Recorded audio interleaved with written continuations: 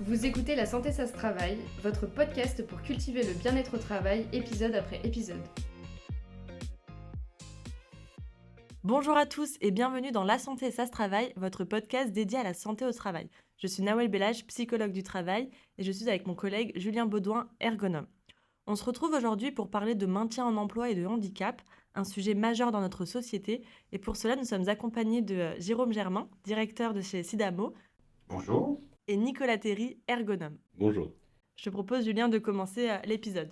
Alors déjà, merci beaucoup à vous deux d'être présents pour cet épisode. Donc on va parler, comme l'a dit Nawel, de maintien en emploi et de handicap. C'est en effet un sujet majeur dans notre société. On voit d'après les derniers recensements qu'il y a à peu près 11% des travailleurs qui sont reconnus travailleurs handicapés. Et d'après aussi les derniers baromètres, on a un sujet du maintien dans l'emploi qui est vraiment majeur chez les entreprises parce que plus de 80% d'entre elles jugent ce sujet comme prioritaire. Mais avant de développer tout ce sujet, est-ce que Nicolas, tu pourrais nous donner quelques éléments de définition et de compréhension du maintien en emploi? Oui, bien sûr. Alors pour moi, le maintien en emploi, c'est permettre à tout salarié de pouvoir réaliser son activité professionnelle. Donc que ce soit aussi bien dans sa structure que dans une autre entreprise.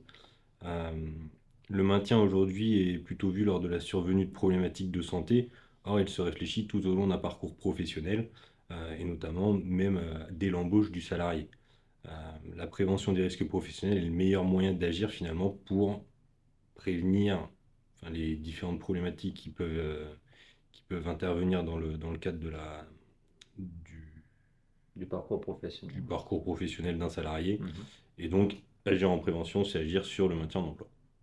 Ok. Donc finalement, en fait, le handicap, si je te comprends bien, c'est qu'une des facettes du maintien en emploi. C'est pas le maintien en emploi.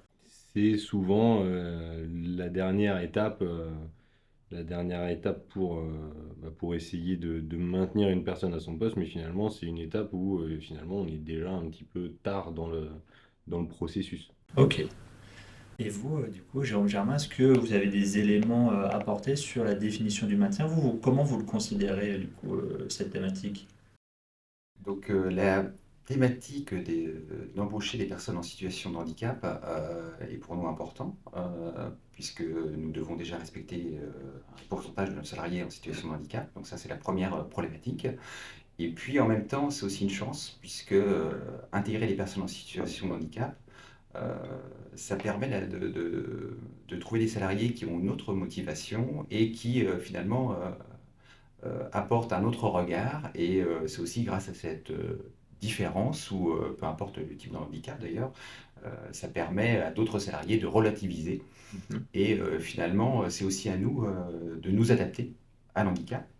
Et dans ce cadre, ce que l'on fait, c'est qu'on a une personne en situation de handicap un peu plus importante dans l'entreprise.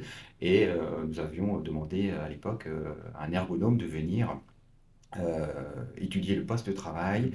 et adapter donc le poste à cet handicap. Voilà, c'était quelqu'un qui a des difficultés en termes de mobilité et puis qui avait besoin d'un siège bien particulier et avec une motricité d'un côté qui est plus compliqué que l'autre. Ok.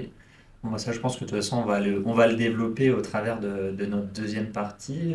Bon, en tout cas, si je résume un petit peu nos premiers échanges, on a le maintien en emploi qui est finalement une thématique beaucoup plus large que le handicap. Le handicap va être une facette et on va voir ce qu'on va pouvoir faire justement dans cette thématique élargie du maintien en emploi. Et sans plus attendre, je vous propose de passer à la deuxième partie de notre podcast qui est les questions-réponses qui ont été posées par nos adhérents. Comme l'a évoqué Julien, on a été questionner nos adhérents, donc que ce soit des employeurs ou des salariés, sur toutes les questions qui peuvent se poser en rapport avec la thématique du maintien en emploi et du handicap. Alors, première question, c'est un dirigeant qui nous dit: Bonjour, je suis directeur de mon entreprise et je me demandais comment je pouvais identifier en amont des situations à risque et comment intervenir précocement. Alors, comment vous pouvez répondre à ce directeur d'entreprise?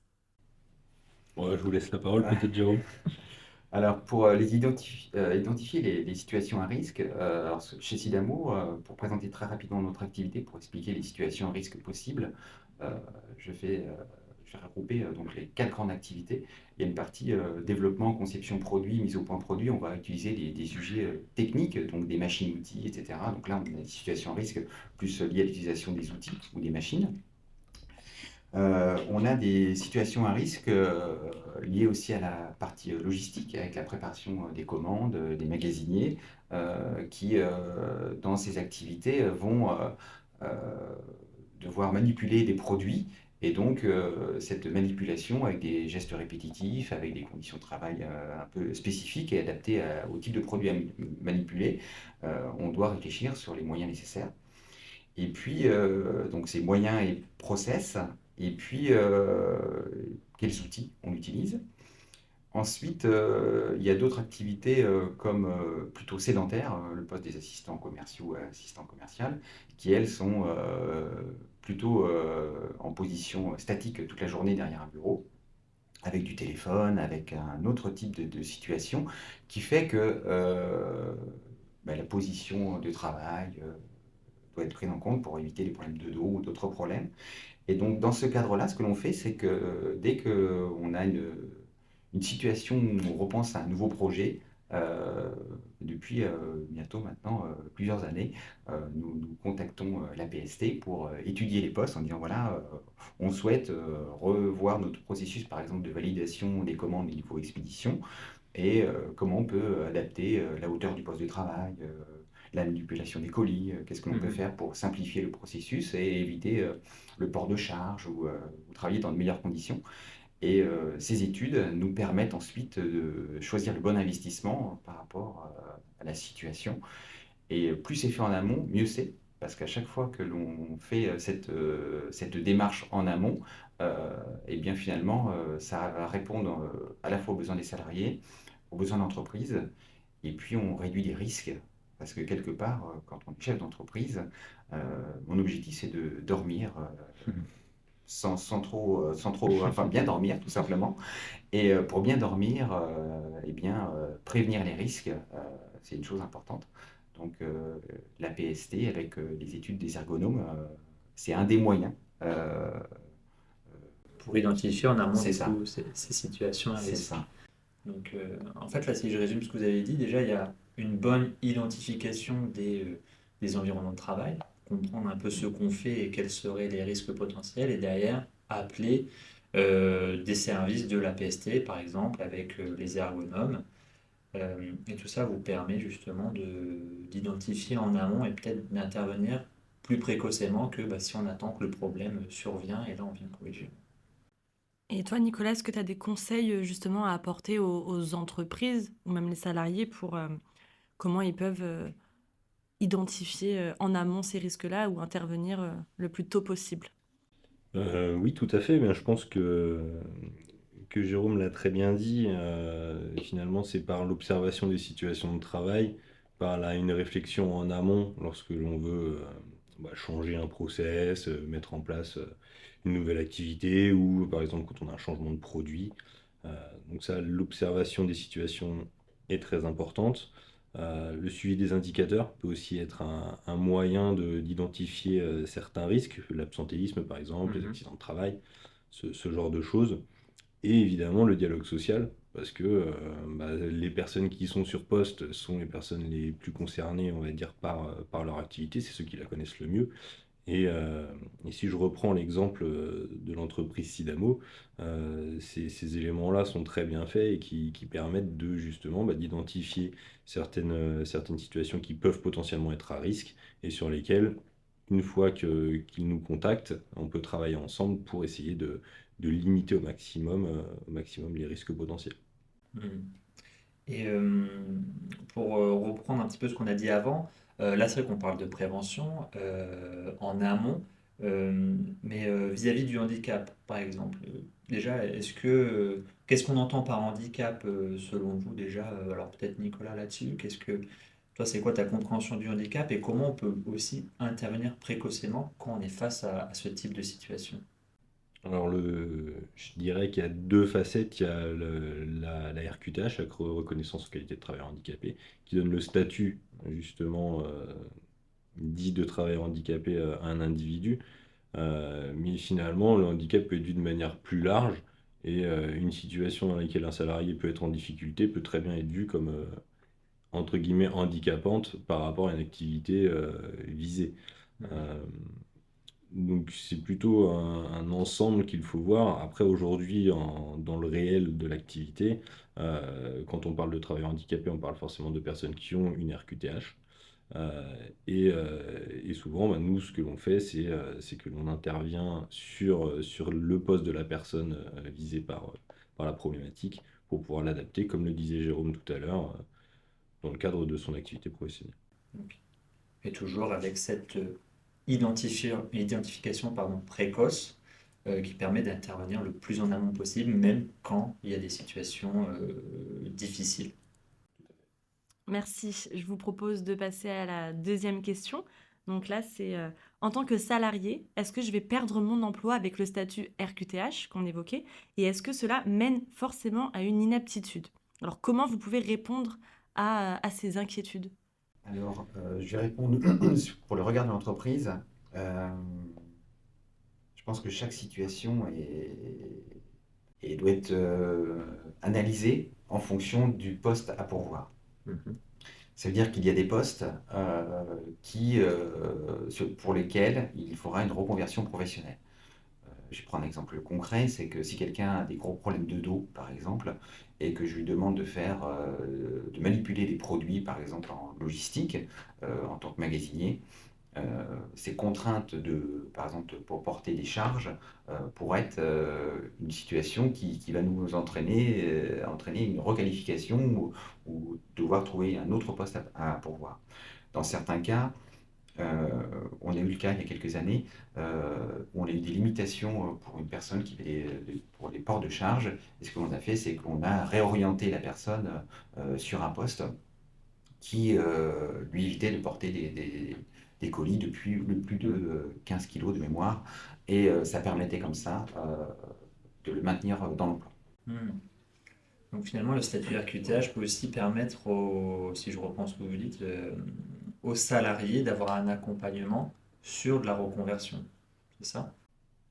Alors, sur mon versant, on va dire d'ergonome, le statut peut aider à la mise en place de solutions, aussi Ok. bien techniques qu'organisationnelles, ou voire ouvrir à la possibilité de se reconvertir si la problématique de santé est trop importante pour que l'on puisse agir par des aides techniques sur Mhm. l'activité. Si je reprends l'exemple cité par Jérôme, effectivement, dans la structure Sidamo, il y a quand même un port de charge qui peut être conséquent quand on est magasinier, du fait de la nature des produits. euh, et qui ne peut pas toujours être compatible avec la mise en place de solutions techniques, euh, une fois que la problématique de santé est avérée, trop installée, et finalement ou trop importante, Mhm. tout simplement. Et du coup, les personnes pour développer un peu votre propos, c'est vrai que le statut RQTH peut faire peur, entre guillemets, déjà d'avoir cette entre guillemets, étiquette qui n'en est pas une, mais va permettre aussi d'ouvrir des possibilités. Tu parlais de dispositifs, Nicolas. Je pense qu'il y a des dispositifs pour le maintien sur le poste. Peut-être que tu l'aborderas tout à l'heure. Et aussi des dispositifs pour accompagner le salarié sur un versant plus personnel, par exemple par exemple, de la formation.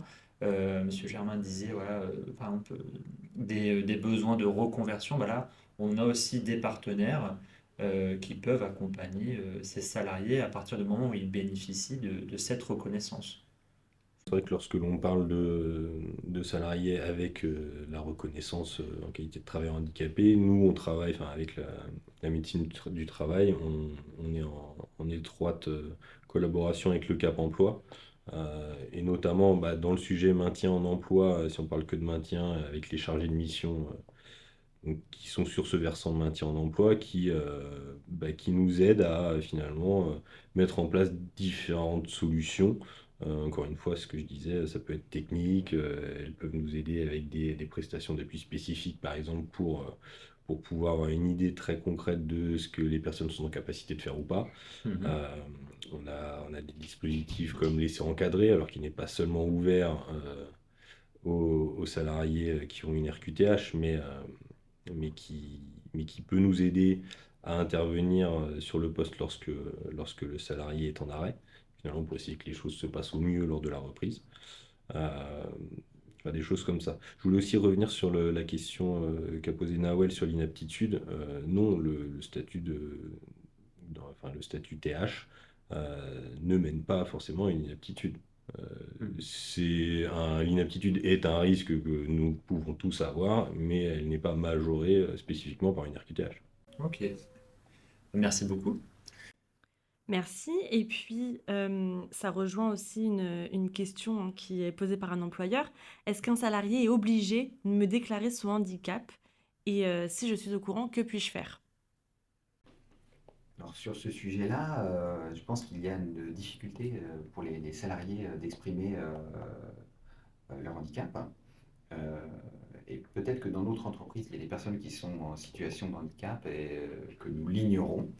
Et le fait de ne pas le savoir, finalement, c'est pas une bonne chose pour l'employeur, puisque on n'adapte pas le poste.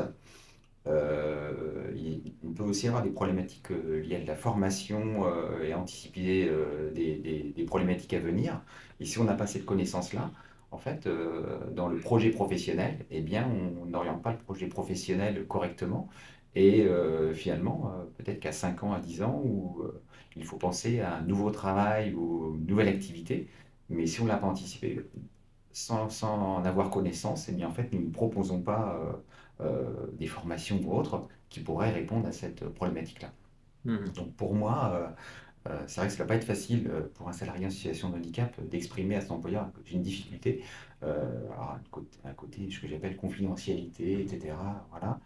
Mais globalement, le fait de ne pas le savoir, finalement, crée plus de problèmes, euh, en tout cas du côté employeur, puisque finalement on l'apprend a posteriori et c'est parfois trop tard. Donc je pense que ce n'est pas du tout une bonne chose de ne pas informer son employeur. Et en plus, l'employeur a intérêt, j'ai parlé des obligations légales, d'identifier les personnes en situation de handicap.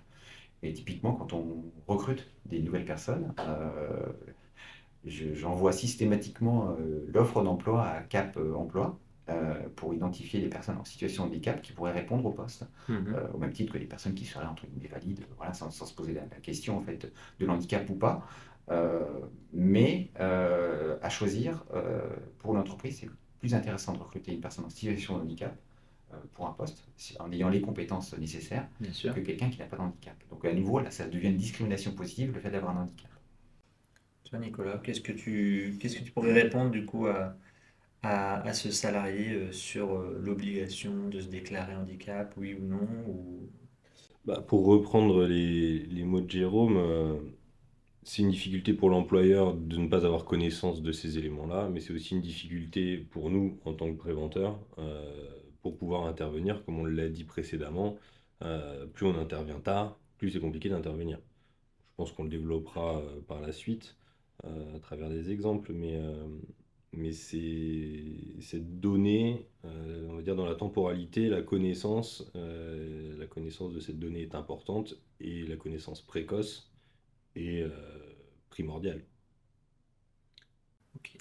Et alors juste pour résumer du coup, donc un salarié n'est pas obligé de déclarer son handicap, mais nous, on pense que, nous alors je parle préventeur et employeur, on pense que c'est intéressant de le déclarer le plus tôt possible parce que ça permet justement cette identification précoce et cet accompagnement en amont. Si l'employeur est au courant, bah, qu'est-ce qu'il peut faire? Et bah, justement, se tourner vers les partenaires du maintien d'emploi, donc soit le Cap Emploi, la PST ou encore d'autres, pour justement être accompagné vis-à-vis de cette situation. Et puis moi, je voulais rajouter, parce que je vous entendais parler justement d'obligation de l'entreprise avec un pourcentage obligatoire de personnes en situation de handicap. Donc pour rappeler, hein, pour les personnes qui ne sont pas au courant, les entreprises d'au moins 20 salariés ont cette obligation d'emploi de 6% de personnes en situation de leur handicap au sein de leur entreprise. Donc voilà, je l'entendais en discuter, donc important de le préciser pour ceux qui ne sont pas au courant. Et puis ça vient en fait, c'est pour répondre à un besoin hein, sur notre pays. On voit que les personnes qui ont un handicap il y a 2 fois plus de chômage chez les personnes reconnues travailleurs handicapés que sur une population sans handicap. Donc on a un besoin d'inclusion, peut-être on parlait de force, pas de forcing ou de discrimination positive, hein, qu'on a évoqué tout à l'heure, pour justement faire en sorte que le handicap soit plus vu comme une contrainte, mais comme quelque chose de finalement normal, voire même un atout pour l'entreprise. On passe à l'avant-dernière question. Alors, je suis directeur d'une PME. Qu'est-ce que ça m'apporte? Quel est l'intérêt en fait de faire du maintien en emploi et surtout de faire de la prévention? Là, ça reprend déjà des On éléments en a, que oui, Jérôme a dit on l'a déjà un très petit peu tôt. évoqué. Mais ouais, très concrètement, en gros, qu'est-ce que ça m'apporte en tant qu'employeur? Moi, j'ai Déjà, le répondu tout à matin, l'heure sur le fait de bien dormir. Mais quelque part, ouais, faut avoir conscience que éviter un accident du travail, éviter une situation compliquée, quelque part, euh, un salarié qui est heureux travaille mieux. Enfin, c'est un peu des belles paroles comme ça, mais globalement, dans l'idée, c'est que si le salarié est bien dans son travail et entre guillemets, il retrouve une certaine satisfaction ou un épanouissement, euh, globalement, nous avons moins de risques de problèmes de comportement, de motivation, d'engagement. Et quelque part, éviter une situation qui pourrait créer des problèmes sur la personne, par exemple des problèmes de mal de dos, des problèmes euh, au niveau des mains, par exemple pour les personnes qui travaillent dans les bureaux, quelque part, c'est aussi de la prévention et finalement, c'est aussi pour garder les personnes dans l'emploi. Là, il y a des sujets qui sont arrivés il y a quelques mois où finalement les personnes vont travailler un peu plus longtemps. Donc globalement, le fait de travailler plus longtemps, il faut bien s'imaginer qu'un magasinier qui porte peut-être 1,5 tonne, 2 tonnes par jour de produits, peut-être qu'à 30 ans, finalement, on trouve ça normal, mais à 60 ans, ce sera peut-être un peu plus compliqué. C'est vrai que c'est intéressant, hein. On a cet allongement à la durée de travail, donc en effet, il faut répondre à ces besoins. Plus on va vieillir, normalement, plus on s'use, donc il y a aussi un enjeu là-dessus pour les entreprises. Et toi, du coup, Nicolas, qu'est-ce que tu répondrais à cet employeur qui pose cette question? Alors moi, je répondrais sur deux axes. Le premier, c'est que si on parle de maintien en emploi, enfin pur ou en tout cas comme on l'entend en pratique aujourd'hui, c'est-à-dire finalement quand on a une problématique de santé qui est avérée, euh, je dirais que ça permet pour un employeur de ne pas perdre une compétence. Si on prend l'exemple d'un salarié, ça fait 10 ans qu'il est dans l'entreprise, problématique de santé, euh, si je le perds, bah, finalement je perds la compétence qui va avec. Donc après ça demande du temps, ça demande bah, finalement c'est une perte aussi pour la structure d'un point de vue financier, temporel et humaine. Et si je prends sur le deuxième axe qui est plutôt sur le process pour moi de manière générale, ce que ça permet de faire du maintien dans l'emploi, donc en le prenant en amont, comme on l'a dit depuis le début, bah, ça sert simplement à pérenniser son entreprise d'un point de vue humain et financier. Ouais. Euh, Éviter les écueils, comme l'a dit Jérôme, les situations complexes. Plus on intervient en amont, plus on a un champ d'action qui est large. Et donc, un coût aussi pour l'entreprise qui est moins important parce que bah, quand on intervient en amont, ça nous coûte moins cher que quand on intervient trop tard. Voilà. Avec les fameuses phrases qu'on va dire, mais qui sont avérées aussi d'un point de vue littérature scientifique, c'est que 1 euro investi en prévention, c'est plus de 2 euros récupérés par l'entreprise. Donc c'est finalement, même d'un point de vue purement financier, un avantage pour les structures de faire de la prévention dans leur entreprise. Et puis, dernière question. Je suis en arrêt depuis un moment. Mon employeur ne me contacte pas, donc j'appréhende ma reprise. Que puis-je faire? Comment vous pouvez répondre à ce salarié ou cette salariée? Jérôme, vous voulez répondre ou je m'y colle? En fait, c'est une question pas facile puisque chaque situation est différente. Si c'est un arrêt suite à un incident ou un accident ou quelque chose comme ça, on a le contexte.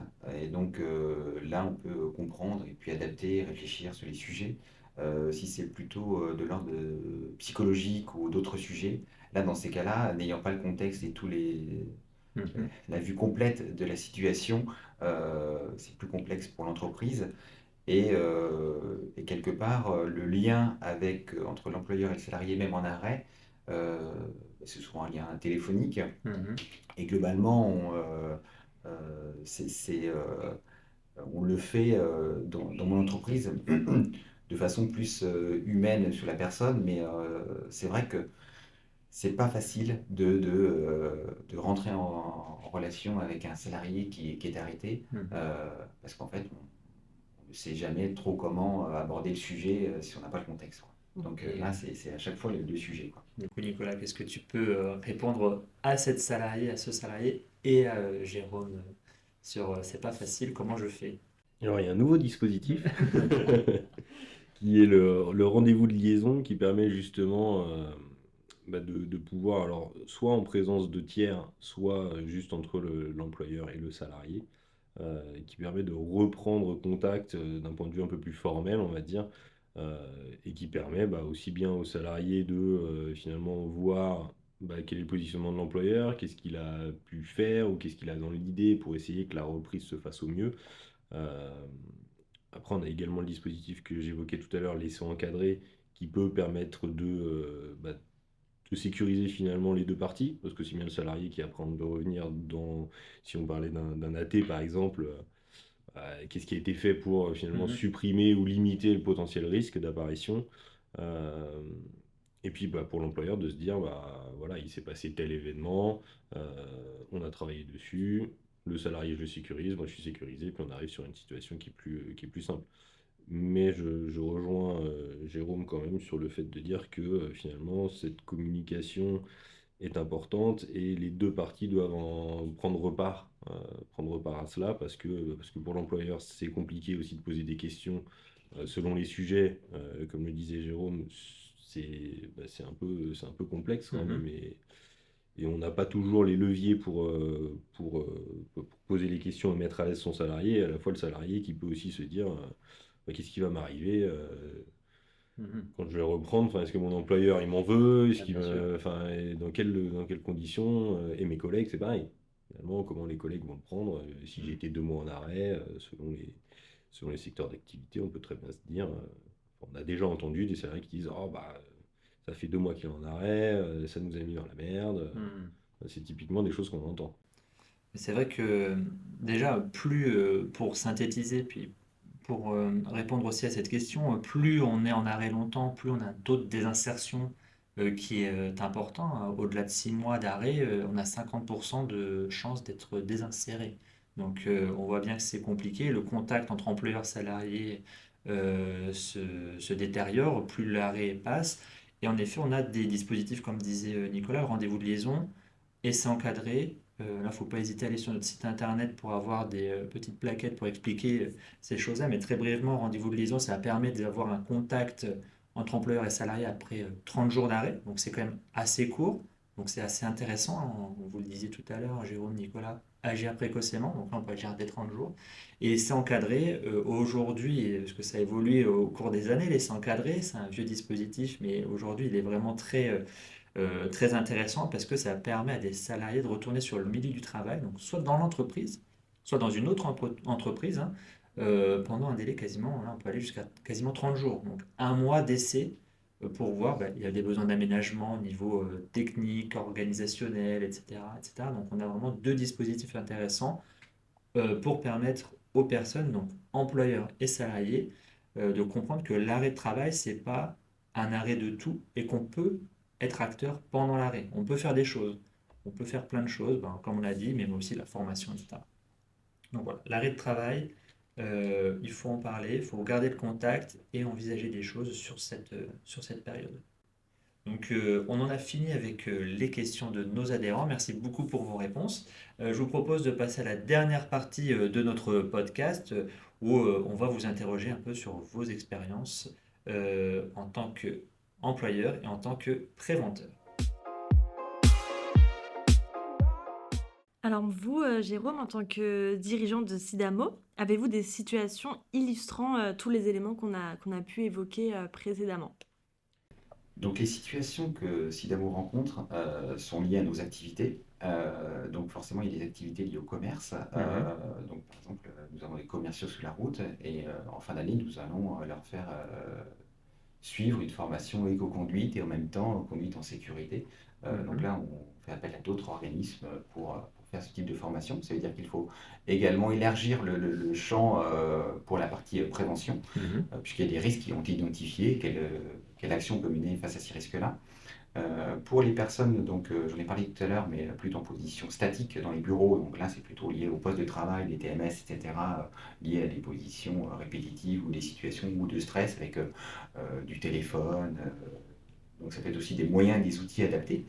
Euh, donc ça peut être les deux écrans, comment on positionne nos écrans, etc., les claviers, voilà, donc, toutes ces questions-là. Donc là on a fait appel à la BST, des ergonomes qui sont venus auditer ces postes-là. Et puis, de temps en temps, on a aussi des sujets de repenser nos processus et pour améliorer l'activité. Donc là, c'est l'exemple de post-expédition. On s'est dit comment faire pour que les personnes portent moins de charges, etc. Donc là, à nouveau, il y a eu un audit, un diagnostic avant-après pour se dire quelles sont les actions qu'on peut mener. On a aussi des besoins d'investissement de temps en temps, c'est-à-dire qu'il y avait aussi une activité de cerclage de palettes, par exemple, avec la personne qui devait passer avec le feuillard dessous la palette et aller chercher le feuillard de l'autre côté, et qui se retrouvait à chaque fois en position soit accroupi, soit à genoux pour aller chercher son feuillard. Et pour investir dans un système un peu plus moderne, qui s'appelle, alors je fais un peu de pub, mais ça s'appelle un ergopack, eh bien, pour obtenir des aides et des financements. C'est vrai qu'une étude des ergonomes nous a bien aidé pour aller chercher des financements et des aides pour investir dans un ergopack. Donc il y a aussi un intérêt aussi financier qu'on ne peut pas ignorer. Alors c'est assez ponctuel, mais ça peut arriver que dans certains cas, pour des investissements dans des moyens, ça peut être aussi une très bonne solution que de demander à des ergonomes de venir étudier le poste et de finalement de justifier l'investissement auprès de la CARSAT ou autre. Voilà. Donc ça rentre dans une vision plus globale. Donc là, ça rejoint un peu la deuxième question qu'on comptait vous poser, mais en cas de difficulté rencontrée, vous tournez beaucoup vers la PST 41 pour vous accompagner notamment l'ergonome Nicolas, pour vous accompagner dans ces démarches de maintien et d'aménagement justement de situations compliquées. J'ai un exemple simple, c'est un salarié qui travaillait depuis très très longtemps dans l'entreprise, qui était convaincu qu'il devait travailler à hauteur d'épaule. Et donc là, pour la manipulation des colis, c'était compliqué, puisqu'en en plus, la personne, c'était pas un basketteur, quoi, clairement. Donc, résultat, on a essayé de lui expliquer, mais non, tu ne travailles pas à hauteur d'épaule, c'est pas possible. Et c'est vrai que le fait de faire venir, c'est Nicolas qui est venu, et Julien, vous êtes venus pour étudier le poste. Et clairement, d'un œil extérieur, pour dire aux salariés, mais non, vous ne devez pas travailler avec une table de travail à 90 ou 1 mètre et pour être à hauteur d'épaule, ce n'est pas la bonne solution. Il faut vraiment revoir la position. Ça nous a permis d'apporter ce changement.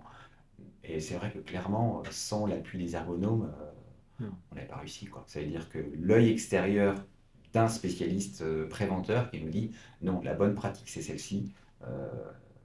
Le salarié, à force, finalement, a dû se résigner. Alors c'est un peu dur de parler comme ça, mais à écouter, entre guillemets, la bonne parole des ergonomes ou les bonnes méthodes. Et donc c'est aussi ça. C'est-à-dire que là, dans les difficultés rencontrées par les entreprises, me concernant, c'est ce qu'on appelle la résistance au changement, des vieilles habitudes, quoi, en disant j'ai toujours fait comme ça, pourquoi vous me demandez de changer? Et donc les ergonomes sont un appui au changement. Voilà. Donc, Intéressant, merci pour ce retour. Nicolas, est-ce qu'il y a des choses à apporter par rapport à tout ça? Alors je me souviens très bien de la situation et c'est vrai que dans les situations difficiles que l'on peut rencontrer, cette résistance de la part des salariés peut être un frein ou peut finalement être une difficulté supplémentaire lorsque l'on veut aménager des postes.